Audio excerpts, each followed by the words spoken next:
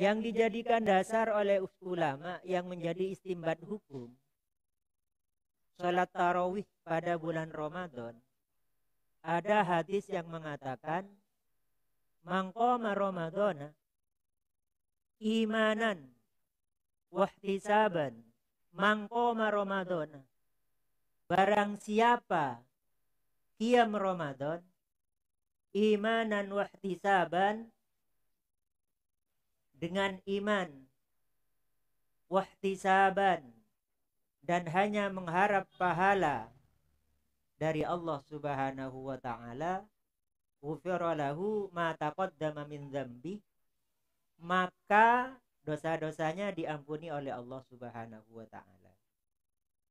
Itu adalah dalil yang menerangkan bahwa menghidupkan bulan Ramadan yang pertama adalah dengan melaksanakan sholat tarawih.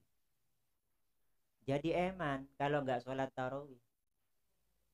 Apalagi biasanya teman-teman agak nakal. Ketika tabat baru datang ke musola. Ketika tabat baru datang ke masjid. Ketika tabat baru datang ke tempat-tempat pelaksanaan tarawih. Padahal pelaksanaan tarawih itu jika kita laksanakan dengan iman itu artinya percaya, kemudian dengan ihtisaban, dengan hanya mengharap pahala dari Allah Subhanahu wa ta'ala, maka dosa-dosanya diampuni. Jadi eman sekali, sangat disayangkan sekali ketika kita tidak melaksanakan sholat tarawih. Dan sholat tarawih ini menurut madhab kita, madhab Syafi'i, itu 20 rakaat dengan 10 salam. Dan laksanakan sholat tarawih dengan secara baik dan benar menurut tuntunan madhab Syafi'i, menurut sesuai dengan tuntunan yang telah kita ketahui bersama. Dalam sholat itu ada rukun-rukun yang harus kita laksanakan, sehingga pelaksanaan sholat tarawih yang kita lakukan bermakna dan mendapatkan balasan yang berupa ampunan dosa dari Allah Subhanahu wa ta'ala. Bagaimana pelaksanaan sholat tarawih yang baik dan benar? Ia harus sesuai dengan tuntunan-tuntunan atau kaidah-kaidah yang ada dalam mazhab kita. Seperti yang pertama, rukun-rukun atau rukun-rukun sholat itu adalah membaca Fatihah. Membaca Fatihah itu ada syarat-syaratnya. Panjang pendeknya, kemudian tasdidnya, itu laksanakan dengan benar. Kemudian juga di dalam ruku, di dalam sujud, di dalam duduk di antara dua sujud, kita harus tumaknina. Tumaknina itu apa? Tumaknina itu sukutun ba'da harokatin. Diam sesudah bergerak biqadri subhanallah, dengan ukuran subhanallah. Jadi ketika kita ruku, laksanakan dengan tumaknina. Ya minimal baca 1 kali subhana rabbiyal azimi wa bihamdi ketika ruku. Kemudian i'tidal sami Allahu liman hamidah, kita juga harus tumaknina. Kemudian ketika kita sujud, laksanakan dengan tumaknina. Minimal kita baca sekali Subhana rabbiyal a'la wa bihamdi. Kemudian duduk di antara dua sujud, kita harus juga tumaknina. Sekali lagi, tumaknina adalah diam setelah bergerak seukuran kita membaca subhanallah. Jadi para pemirsa sekalian, mari kita berpikir untuk menghidupkan bulan Ramadan ini dengan pelaksanaan sholat tarawih yang baik dan benar. Bahasa yang saya pakai adalah sangat formatif, yaitu dengan baik dan benar. Artinya kita melaksanakan sholat tarawih itu sesuai dengan tuntunan madhab kita, yakni madhab Syafi'i. Di mana jelas-jelas madhab Syafi'i mengatakan di dalam kitab-kitab fikihnya bahwa sholat itu mempunyai rukun-rukun yang harus dilaksanakan. Seperti umpama ruku harus tumaknina, sujud kita harus tumaknina, i'tidal kita tumaknina, kemudian duduk di antara dua sujud kita tumaknina, kemudian pada tahiyat akhir atau rakaat kedua kita mau melaksanakan salam sebelum salam itu di tahiyat itu minimal kan kita baca paling wajibnya tahiyat at-tahiyatu lillah salamun alaika ayyuhan nabi rahmatullahi wabarakatuh salamun alaina wa ala ibadillahis sholihin asyhadu an la ilaha illallah wa asyhadu anna muhammadar rasulullah Allahumma sholli ala sayyidina Muhammad wa ala ali sayyidina Muhammad. Ini adalah aqallul wajib. Jangan sampai kurang dari itu. Kenapa? Supaya pelaksanaan ibadah kita bermakna dan bernilai. Eman-eman lah.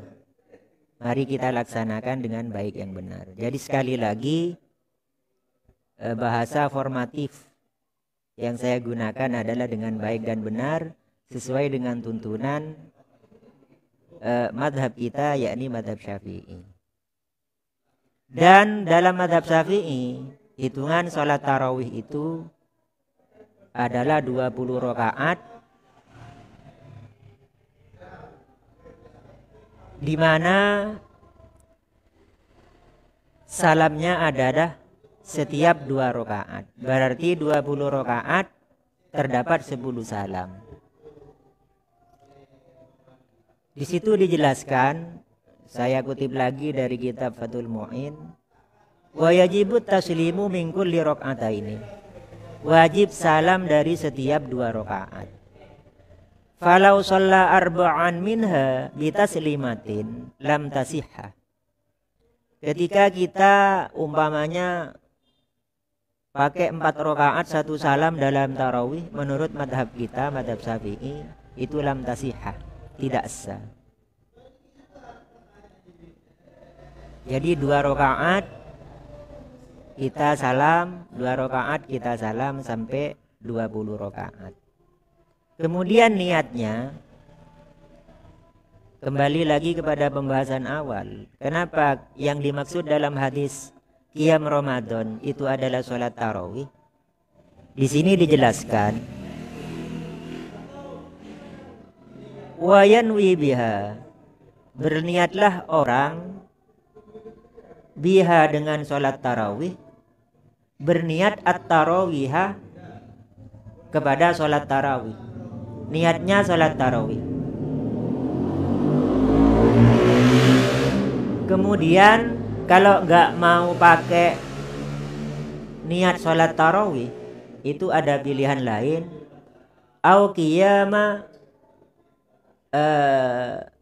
Ramadan, atau niat qiyam Ramadan. Inilah yang dijadikan dasar, yang dijadikan istimbat hukum oleh ulama tentang sholat tarawih. Jadi niatnya niat sholat sunat tarawih atau niat qiyam Ramadan. Kemudian melaksanakan wa fi'luha awalal waqti afdalu min fi'liha asna'ahu. Melaksanakan sholat tarawih itu di awal waktu itu lebih afdol daripada melaksanakan sholat tarawih di pertengahan malam setelah tidur tentunya. Itu lebih utama di awal. Kenapa sih dinamakan sholat tarawih? Wasumiyat tarawih. Wasumiyat, kenapa dinamakan sholat tarawih? Wasumiyat tarawiha li'annahum kanu yastarihuna lituli qiyamihim. Karena orang yang melakukan sholat tarawih itu yastarihuna, mereka beristirahat, lituli qiyamihim, karena panjangnya sholat mereka, ba'da kulli taslimataini, setelah 2 rakaat. Jadi makna tarawih itu adalah istirahat. Ya, karena apa? Ya karena istirahat, karena panjang. Nah, seperti itu. Jadi para pemirsa sekalian, yang pertama adalah materi kita pada malam hari ini menghidupkan bulan Ramadan dengan ibadah adalah dengan sholat tarawih. Di mana barang siapa yang melaksanakan puasa Ramadan, kemudian melaksanakan qiyam Ramadan, yakni sholat tarawih, dengan iman.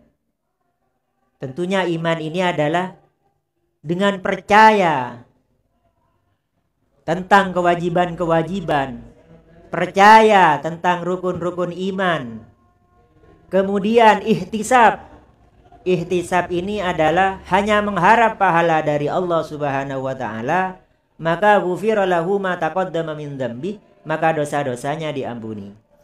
Al-Munawi dalam kitab Faidul Qadirnya mengatakan, apa saja dosa-dosa yang diampuni adalah dosa kecil.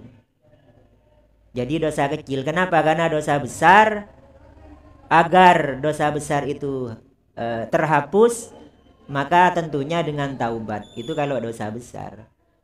Maka yang terhapus oleh puasa Ramadan, yang terhapus oleh qiyam Ramadan, yakni sholat tarawih, adalah dosa-dosa kecil. Kemudian Imam Al-Munawi juga mengatakan, ketika dosa-dosa kecil itu habis tiap hari, habis tiap malam, ketika dosa-dosa kecilnya habis, maka dosa-dosa besarnya juga habis. Jadi pemirsa sekalian, untuk menghidupkan Ramadan dengan ibadah, maka yang pertama sekali lagi, ini penting saya utarakan, adalah sholat tarawih. Karena warning ini, peringatan ini, sholat tarawih ini nggak ada di bulan lain. Umpamanya kita giat di bulan Syawal mau sholat tarawih nggak boleh.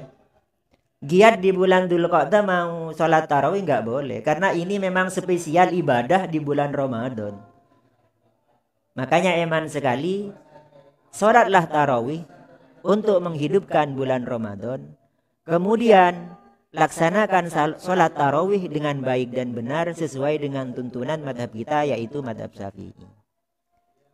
Itu poin pertama untuk menghidupkan bulan Ramadan.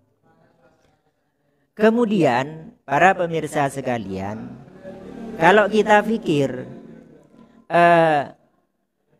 ketika sholat tarawih itu adalah sesuatu yang spesial, sesuatu sekhusus, seelakoni nang bulan Ramadan, mangkana eman tore laksanaki kelaban sae, tore selaksanaki kelaban leres, supaya ibadah kita di bulan Ramadan ini bermakna dan mendapatkan pahala dari Allah Subhanahu wa taala. Ya, harapan dosa-dosa kita diampuni, sebagaimana istimbat hukum atau hadis yang dijadikan istimbat hukum oleh ulama kita dalam madhab Syafi'i. Di situ dikatakan ghufira lahu ma taqaddama min dzambi. Bahkan dalam kitab Irsyadul Ibad, buah pena dari Syekh Zainuddin bin Abdul Aziz Al-Maribari di situ disebutkan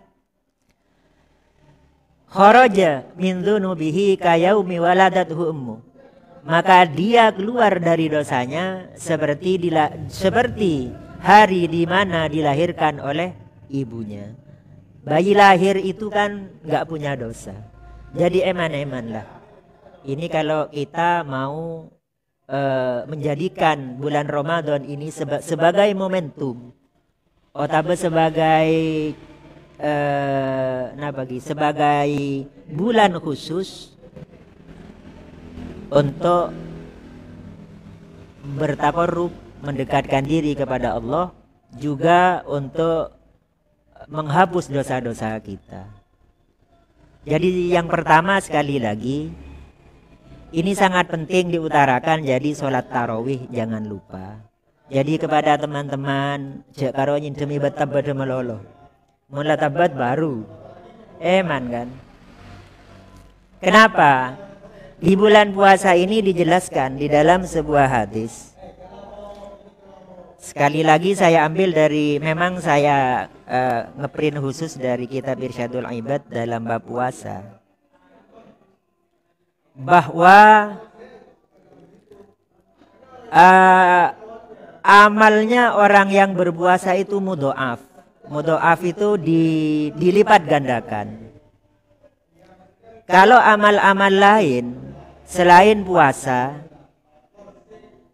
itu dijelaskan kullu hasanatin bi asyrati amsalihha ila sab'a mi'ati dhifin. Setiap kebagusan itu oleh Allah Subhanahu wa taala diberi pahala 10 kali lipat sampai 700 kali lipat. Ibarat menanam padi, ibarat menanam tanaman. Kita menanam 1 butir, dia bercabang menjadi 10, dan setiap 10 itu membuahkan biji, membuahkan buah sebanyak 70 buah.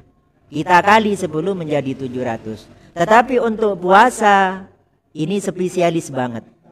Kalau kata anak sekarang, bukan hanya spesial, tapi spesialis pakai banget. Kenapa? Di situ dijelaskan was-saumu li. Was-saumu utawi poso iku li kedue ingsun. Wa ana ajzibi, dan saya yang akan membalasnya. Itu oleh Allah Subhanahu wa taala dijelaskan seperti itu. Jadi para pemirsa sekalian, yang pertama itu yakni sholat tarawih. Kemudian saya coba lagi buka-buka di dalam kitab-kitab fikih dari Bujairimi Khotib, saya ambil di situ bahwa di bulan Ramadan ini kita disunahkan yang pertama adalah sedekah. Karena materi sedekah ini nanti ada khusus, maka tidak akan saya singgung banyak. Ada pemateri nanti yang akan menjelaskan sedekah di bulan Ramadan. Yang kedua adalah meningkatkan, memperbagus belanja kepada keluarga. Umpama di bulan-bulan biasa kita hanya ikan apa ya, tempe tahu, terus kok pendeng. Di bulan Ramadan ini mari tingkatkan nafkah kita kepada iyal kita, kepada keluarga kita, kepada anak, kepada istri, dengan cara ya ada peningkatan lah.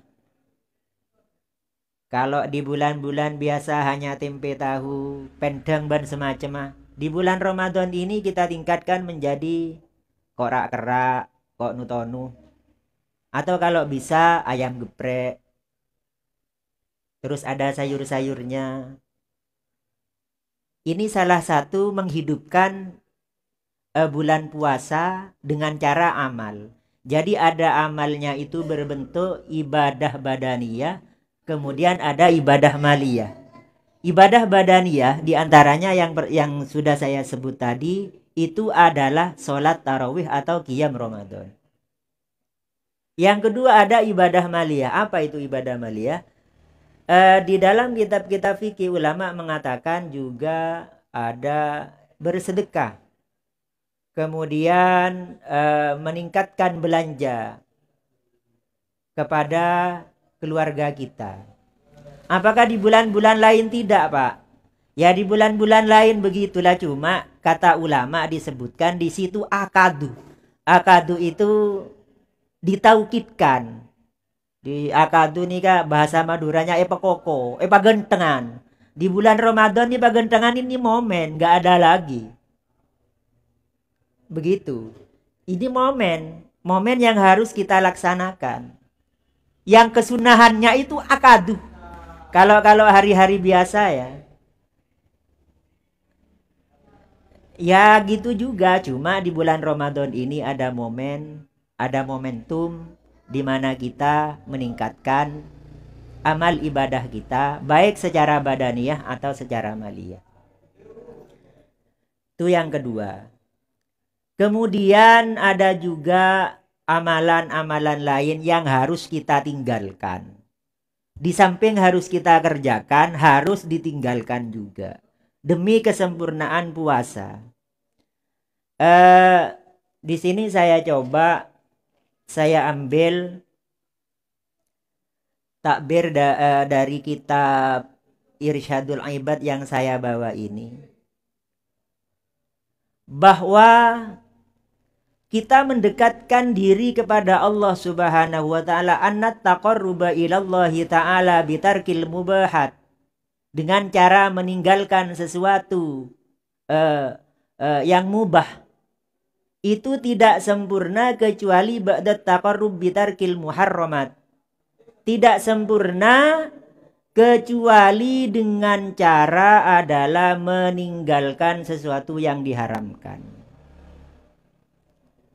Maka kemudian famanir takabal muharramat summa taqarraba bitarkil mubahati ilang qol, maka hal tersebut tidak bermanfaat kepada kita. Seperti contoh, apa yang harus kita tinggalkan? Di sini ulama disebutkan bahwa ya Imam Auza'i mengatakan yuftiru, puasa itu batal bil kizbi, kazib bil kizbi, berbohong dengan berbohong, wal ghibati, dan arasanan bahasa Maduranya. Ghibah itu arasanan bahasa Maduranya, bahasa Indonesianya menggunjing.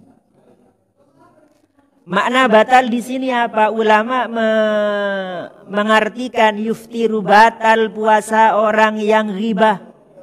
Orang yang apa? Orang yang menggunjing tetangga, menggunjing saudara-saudaranya. Arasanan ketetanggana, arasanan tantretana. Nang bulan puasa, di bulan puasa kita menggunjing tetangga, menggunjing saudara-saudara kita. Itu oleh Imam Auza'i dikatakan batal puasanya. Batal apanya? Batal pahalanya.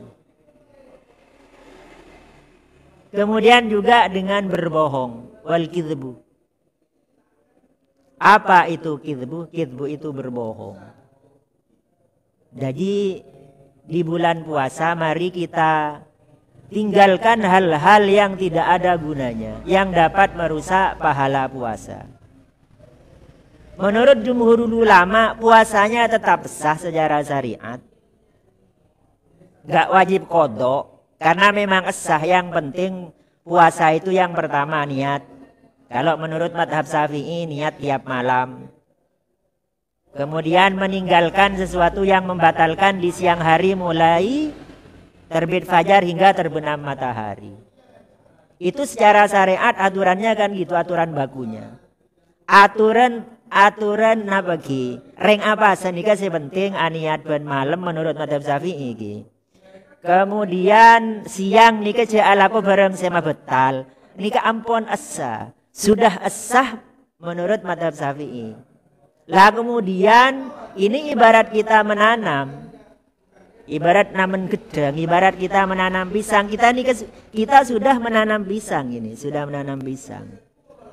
Lah kemudian bagaimana caranya agar pisang ini, agar tumbuhan ini terhindar dari virus, agar buahnya bagus? Bagaimana caranya? Ya tentunya harus menggunakan perawatan. Artinya tanaman ini kita rawat. Kita gulut tanahnya, kita gulut nih kenyar yang beture rao. Kemudian kita pupuk supaya subur. Kemudian ketika buahnya mau halus, mau mulus, kita semprot dengan sesuatu yang bisa menyebabkan serangga-serangga tidak mendekat kepada buah. Kenapa? Karena buah itu yang menjadi tidak baik karena ada serangga-serangga yang memakannya. Sehingga kemudian menjadi burik, tapi candreng beture jadi tak ganteng. Maka harus kita siapkan pupuknya, kita harus siapkan penangkal-penangkalnya. Kembali kepada puasa.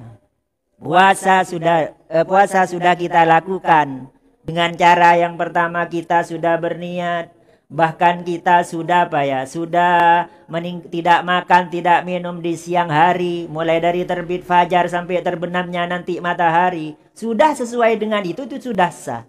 Cuma begini, kemudian esensi dari puasa itu apa? Kualitas puasa itu seperti apa? Itu oleh ulama sangat di-warning banget, bukan hanya warning. Diperingatkan pakai banget, awas ketika puasa. Bisa membatalkan puasa nih, tapi bukan batal artinya pas wajib qadha ya.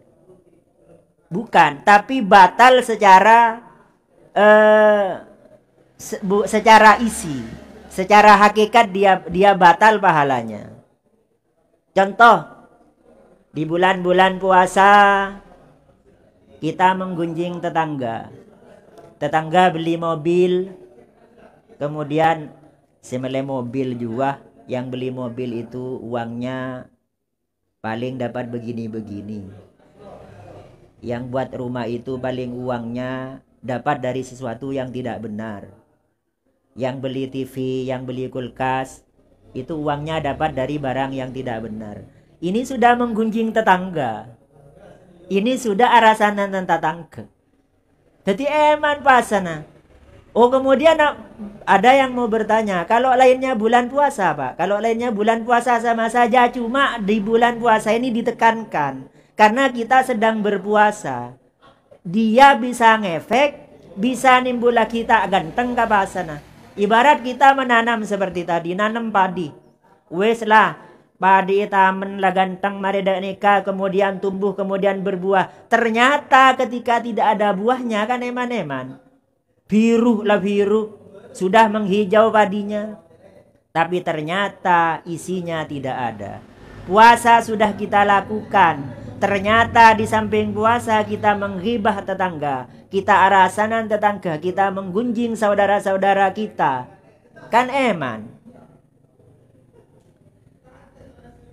Eman sekali. Ini penting sekali diutarakan kepada para pemirsa.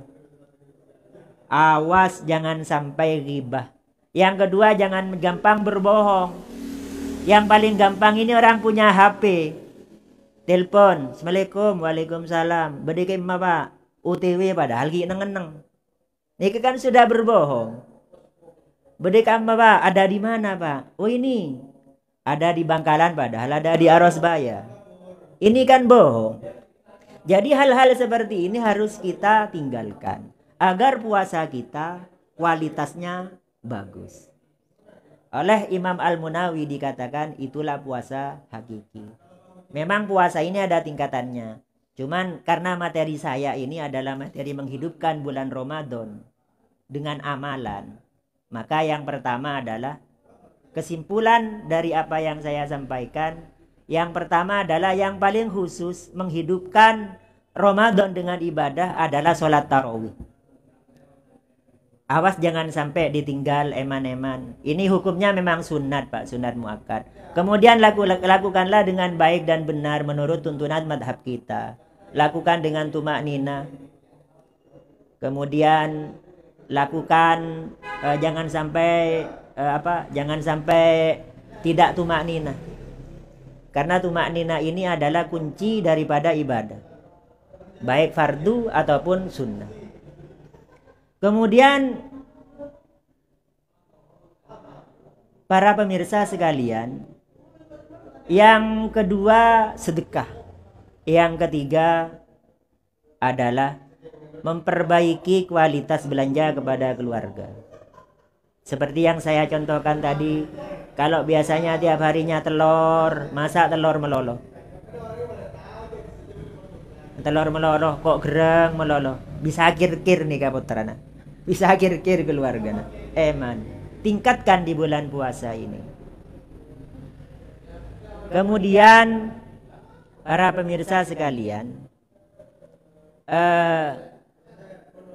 ada sebuah hadis yang ini bukan ada sebuah hadis yang mengatakan naumus shaimi ibadatun. Tidurnya orang yang puasa itu ibadah. Wa shamtuhu tasbihun. Diamnya adalah menjadi tasbih. Wa amaluhu mudha'afun. Kemudian amalnya dilipat gandakan. Jadi tidurnya orang puasa itu menjadi ibadah. Kemudian kalau dalam kita kan ahli bahsul masail semua. Kalau tidur melulu Pak, di sini dijelaskan dalam sarah hadis ini. Hadis ini adalah hadis marfu. Hadis marfu itu adalah ma'udhifa ila Rasulillah. Hadis yang disandarkan kepada Rasulullah, bisa saja dilakukan oleh para sahabat, para tabi'in. Kemudian hadis marfu itu ada yang mungkote, ada yang muttasil. Jadi saya tidak akan bahas panjang. Cuma intinya adalah bahwa hadis ini hadis marfu.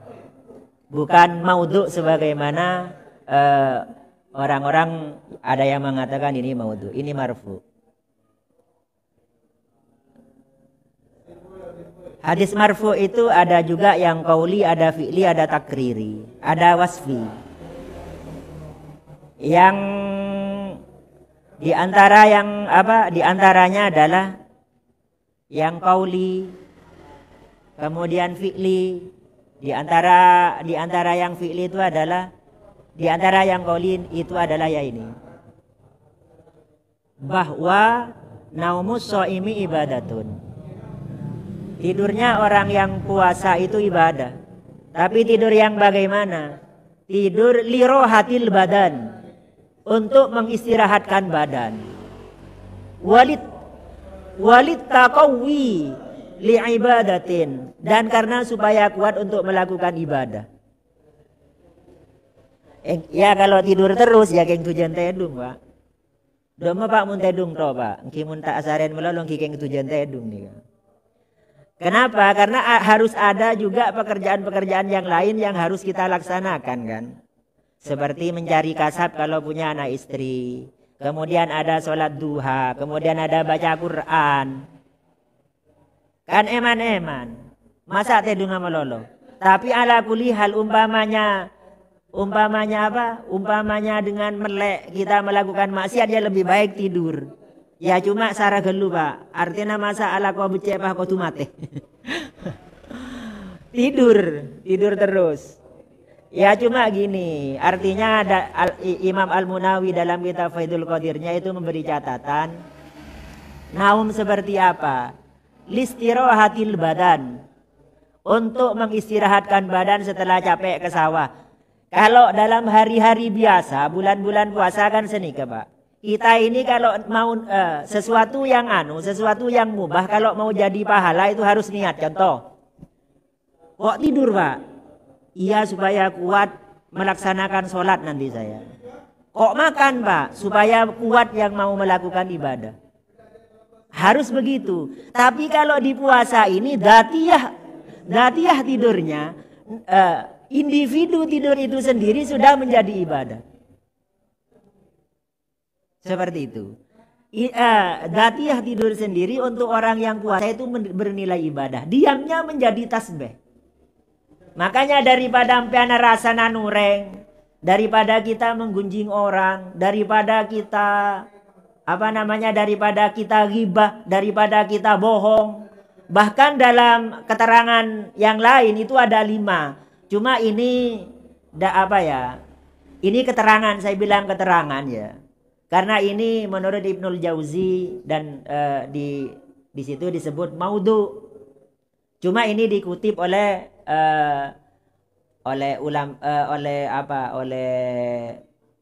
pengarang kitab Irsyadul Ibad, Syekh Zainuddin bin Abdul Aziz Al-Maribari. Itu ada 5 hal yang dapat membatalkan pahala puasa. Tapi kalau teknya itu yang pertama adalah khamsu khisalin yuftirnas shaim. 5 perkara membatalkan terhadap orang yang puasa. Mabatal ke puasa? Mabatal ke dina apa? Bukan membatalkan secara syariat, tapi membatalkan pahalanya. Wa yungkidnal wudu'a, membatalkan wudu. Yang pertama adalah al-kidhbu. Yaitu tadi goro yang jebe. Gendak yang Madura, berbohong bahasa Indonesianya. Kemudian wal ghibah. Ghibah itu apa? Kalau menurut kitab Sulam, ghibah itu gini, dzikruka akhokal muslim walau kana fihi.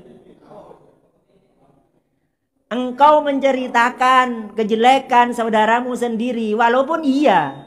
Karena memang iya. Jadi ghibah itu ya memang karena memang dia melakukan. Kemudian kita menggunjing di belakang. Kalau enggak melakukan, itu namanya buhtan, menuduh. Jadi kalau mau ta'rif ghibah itu dzikruka akhokal muslim, engkau menceritakan terhadap saudaramu, terhadap apa yang kau lihat, walau kana fihi, memang iya. Mencari mudura lakar iya cong, cing lakar lah iya, benia baik kebai. Yang kimun ongkuan nih kayaknya mana arasa, nan mun bak ta ongkuan ta alakoh itu tora lakoh, kinya mana baik kebai Pak. Jadi jak sampai alakoh nikah. Empon lebih baik karena apa wasom tuhu, diamnya orang yang puasa nikah menjadi tasbih kan eman. Milana Kanjeng Nabi adabu kul khairon aw liyasmut, berkatalah yang baik atau diamlah. Apalagi banget ini di dalam puasa, diammu itu menjadi tasbih. Eman kan? Diamnya menjadi tasbih dirusak dengan keng arasanan. Apa gunanya Pak? Arasannya kita eka soki Pak. Bahkan memelarat pun lebih sampean bagi nang akhirat. Orang saya rasa ini nyaman Pak. Orang rasa ini orang ini nyaman.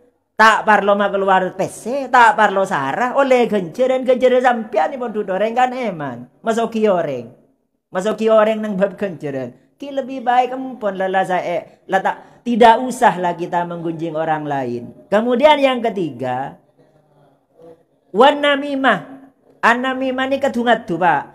Bahasa Arab an-namimah ni ka naklul qauli lil ifsad. Minda debu untuk merosak. Kaki jito toro celeng bi juga jo. Bi Zaid. Entar ka Umar kaki bi entar ke Zaid, kaki bi Umar totoranu ke. Totor lo bagus kake. Jadi diadu orang. Len pasang adu orang. Entar kata tetangga ibara dia berkata, kamu kata tetangga yang di timur itu hede pencoleng, hede totor pencoleng. Pokoknya tak bagus hede. Wah ini jangan sampai dilakukan. Ini membatalkan pahala puasa. Kemudian wanadru bi sahwatin, melihat dengan sahwat. Bahkan Imam Al-Munawi mengatakan ila halilihi, sampai ke binina tibi ajeling sahwat nika merontok genjara basa. Au ghairiha, atau lainnya istri. Jadi daripada anu lah ceki nyari malam, jak nak kan nyari malam, cek bakun malam ni kama kita esare bakun datang. Entar man kaman tempat nyari malam, bangatela cewek, aduh lah sahwat. Nikela merosak ka kencera basa. Kita betal basa na keng kepa. Kencera nika cek mentamana kopong, cek gedeng tak genteng tak mulus. Jadi harga jual tak larang. Ki percuma karena kareda ni ternyata tak abua kan eman. Terus wal yaminul kadzibah. Saya nomor 5 wal yaminul kadzibah. Sumpah gendek. Sumpah gendek ni ketengah menawal jual buki. Para bapak ibu saja, para pemirsa sekalian. Ini HP saya ini wallahi ditawar 200, padahal tidak ditawar. Anikah etaber saya bulema. Ini sudah ditawar 2.000, ini sudah ditawar 2 juta, padahal tidak. Bersumpah bohong. Wal yaminul kadzibah. Bersumpah bohong. Itu jangan dilakukan. Jadi 5 hal ini para pemirsa sekalian, yuftirnas shaimah, bisa membatalkan terhadap orang yang puasa. Apa artinya? Bukan batal secara syariat, tapi dia batal secara substansi. Nah, bahasa nak makin substansi. Bahasa nak secara substansi dia batal apanya? Batal pahalanya. Jadi para pemirsa sekalian, yang saya sampaikan pada malam hari ini, apabila disimpulkan menghidupkan bulan Ramadan, mari kita melaksanakan ibadah, baik ibadah secara badaniyah, ibadah secara badan yakni salat tarawih, terus ibadah secara amaliyah secara tunyan apa? Nang bulan puasa ni banyak sedekah.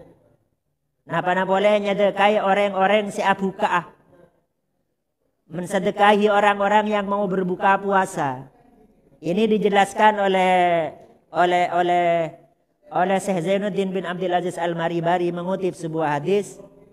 Mengutip di situ dijelaskan bahwa pahala orang yang memberi berbuka puasa terhadap orang yang berpuasa itu pahalanya sama dengan orang yang berpuasa. Munda ni tak apa apa ya Pak? Jangan. Tak apa satu usah. Artinya itulah bulan Ramadan. Ada spesialis beda kekhususan yang kita peroleh sebagai umat Islam. Makanya bahasa kita itu bulan puasa ini mari kita jadikan kawah candra di muka sebagai penggemblengan terhadap diri kita sehingga kita menjadi makhluk sosial. Kimun tedung kan tak bisa menjadi makhluk sosial, Pak. Dak merasa nareng lapar, dak merasa nareng arjeng. Bagaimana orang yang kelaparan di luar sana, yang kehausan di luar sana hari ini makan besok tidak. Itu supaya menumbuhkan ini loh ya. Ini kajian apa ya? Kalau dalam bahasa akademisi ini kajian sosiologi. Artinya ketika kita puasa ini menimbulkan rasa empati, rasa sosial kita. Nek turu tok Pak ya gak iso. Kalau tidur saja ya nggak bisa menabi tidur asaren melolo. Sebab tak arjeng tak lapar. Mulai waktu sopu tedung je ke barak mancingan kinyaman pon nikah sapu serak bisa. Cuma aja kelak ada nikah. Amalan-amalan lain banyak. Masa amalan-amalan lain mari kita lakukan. Nah, seperti itu. Kemudian jangan lupa apabila kemarin kita hanya membelanjai anak dan istri kita hanya dengan ikan telur, hanya dengan ikan pindang, hanya dengan ikan asin, mari di bulan puasa ini kita tingkatkan menjadi yang enak-enak di bulan puasa ini. Di situ disebutkan oleh ulama-ulama fikih, di antaranya adalah membaguskan belanja kita kepada keluarga kita. Itu yang harus kita lakukan dan harus ada yang kita tinggalkan. Apa yang kita tinggalkan para pemirsa sekalian? Hindari 5 perkara. Kalau yang Imam Auza'i itu 2 perkara. 1 adalah menggunjing arasanan tetangga. Makanya jangan suka ngerumpi kalau bulan puasa. Mendingan baca Quran saja. Hatamkan Quran. Kalau bisa dalam 1 bulan ini, masa nggak bisa hatam 1 kali saja? Nggak bisa hatam 1 kali. Kalau bisa 3 kali. Seperti ulama salafus soleh yang menghatamkan Quran di bulan puasa. Nah, inilah amalan-amalan cara menghidupkan bulan puasa dengan amalan-amalan. Semoga apa yang saya sampaikan ini menjadi tambahan ilmu yang bermanfaat pada kita semua, menjadi menjadi bahan introspeksi diri terhadap saya sendiri, selebihnya terhadap para pemirsa dan teman-teman sekalian. Semoga ada barokah dan manfaatnya. Mohon maaf atas segala kesalahan dari saya, Muhammad Hadiri. Dulu saya ini adalah mantan ketua LBM NU Kecamatan Geger. Jadi dulu sebelum ada utusan-utusan Bahsul Masail, itu dulu saya digembleng oleh almarhum Ki Haji Busro Damanhuri sama almarhum Kiai Muhsin.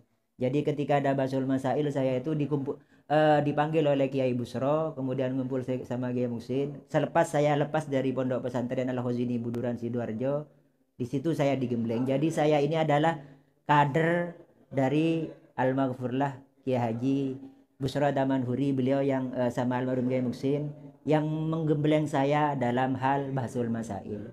Jadi di masa-masa beliaulah saya dibesarkan di dunia sebagai aktivis Bahsul Masail.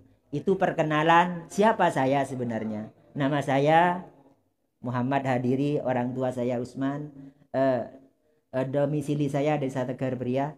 Saya berterima kasih sekali kepada Abah Mujib, Ketua MWCNU Geger. Beliau sempat bertemu dengan saya di Bangkalan, sudah lama. Karena ini teman baik saya dari dulu. Karena pada saat itu saya fokus ke dagang, fokus ke bisnis. Kemudian yang kedua, terima kasih juga kepada akhina Ustadz Mujib Khotib, Tretan Mujib Khotib. Jadi ada 2 Mujib di sini. Yang pertama ketua MWC-nya Pak Abah Mujib, wakilnya Tretan Mujib. Jadi sama-sama Mujib. Ini yang terus memotivasi saya sebagai dalilul khair saya, yang menunjukkan saya kepada kebaikan-kebaikan, sehingga malam hari ini saya bisa tampil di depan teman-teman dan pemirsa sekalian. Ini berkat jasa-jasa beliau. Dalilul khair kafa'ilihi. Semoga yang telah menunjukkan kebaikan ini mendapatkan pahala seperti halnya yang saya dapat.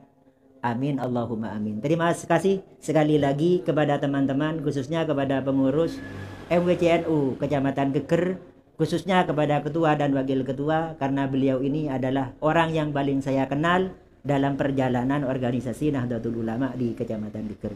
Demikian yang bisa saya sampaikan. Mohon maaf atas segala kesalahan dan kekurangan. Terima kasih atas segala perhatian. Assalamualaikum warahmatullahi wabarakatuh.